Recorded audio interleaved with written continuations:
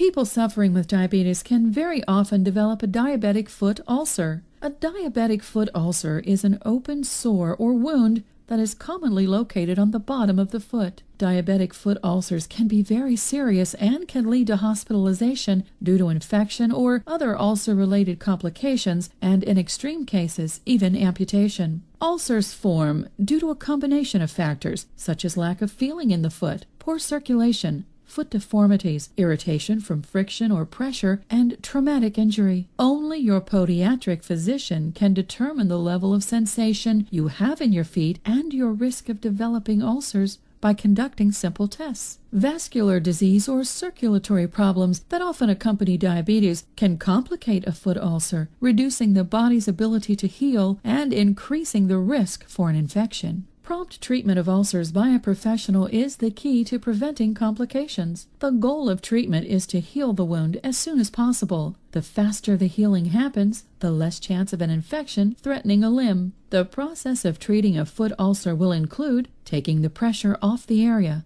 called offloading, removing dead skin and tissue, called debridement, applying medication or dressings to the ulcer, managing blood glucose and other health problems to minimize recurrence. Not all ulcers become infected. However, if your podiatrist finds signs of infection, a treatment program of antibiotics, wound care, and hospitalization may be necessary. Treatment of diabetic foot ulcers can be long and intensive. The best way to treat a diabetic foot ulcer is to prevent its development in the first place.